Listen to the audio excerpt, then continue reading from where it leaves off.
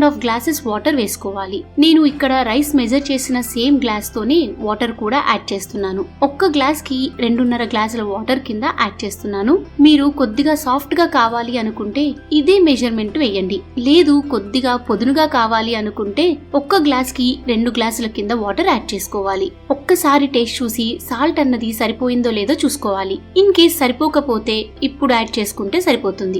నాకు లైట్ గా సాల్ట్ తగ్గింది, అందుకే ఒక్క స్పూన్ వేసుకుంటున్నాను. ఇప్పుడు మూత పెట్టి ఈ వాటర్ ని బాగా తెరలమరగనివ్వాలి. ఇలా మరుగుతున్నప్పుడే మనం నానబెట్టిన రైస్ ని వేసి ఒక్కసారి కలుపుకుని మూత పెట్టి మీడియం ఫ్లేమ్ లో కుక్ చేసుకోవాలి. మనం రైస్ వేసాక ఎక్కువసేపు తిప్పకూడదండి, రైస్ విరిగిపోతుంది. ఇప్పుడు ఈ రైస్ ని మూత పెట్టి 80% వరకు కుక్ చేసుకోవాలి. తరువాత తవ్వ పెట్టి రిమైనింగ్ 20% ని దమ్ చేసుకోవాలి. ఈ దొన్నె బిర్యానీకే కాదండి, ఏ బిర్యానీ అయినా సరే ఇలా 80% డైరెక్ట్ ఫ్లేమ్ మీద రిమైనింగ్ 20% తవ్వ పెట్టి కుక్ చేస్తే ఎప్పుడైనా సరే రైస్ పర్ఫెక్ట్ గా కుక్ అవుతుంది. అలానే బిర్యానీ అన్నది కింద మాడకుండా ఉంటుంది. ఆల్మోస్ట్ నాకు ఇక్కడ రైస్ బాయిల్ అయ్యింది.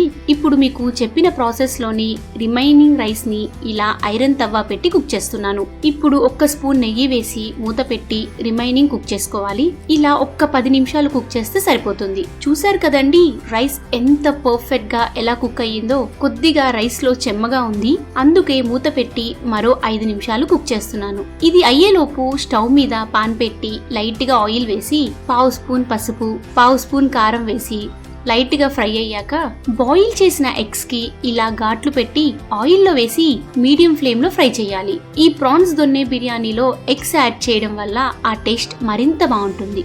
ఈ ప్రాన్స్ దొన్నె బిర్యానీకి మనకి ఎటువంటి కర్రీ కూడా అవసరం లేదండి. దీన్ని అసలైన ఫ్లేవర్ ఎంజాయ్ చేయాలి అంటే మాత్రం ఎటువంటి కర్రీ లేకుండా ఉట్టి బిర్యానీని తింటే చాలు, ఆ టేస్ట్ అస్సలు అదిరిపోతుంది. అంతేనండి, ఎంతో సింపుల్ ప్రాన్స్ దొన్నె బిర్యానీ రెడీ. దీన్ని వేడి వేడిగా ఉన్నప్పుడే ప్లేట్లోకి గానీ సర్వింగ్ బౌల్లోకి గానీ తీసుకుని రైతాతో సర్వ్ చేసుకుంటే మన ప్రాన్స్ దొన్నె బిర్యానీ రెడీ. ఇంత టేస్టీ దొన్నె బిర్యానీని మీరు కూడా మీ ఇంట్లో ఒక్కసారి ట్రై చేసి చూడండి. కానీ చేసేటప్పుడు చిట్టి ముత్యాల రైస్ తోనే చేయడం మాత్రం అస్సలు మిస్ అవ్వకండి.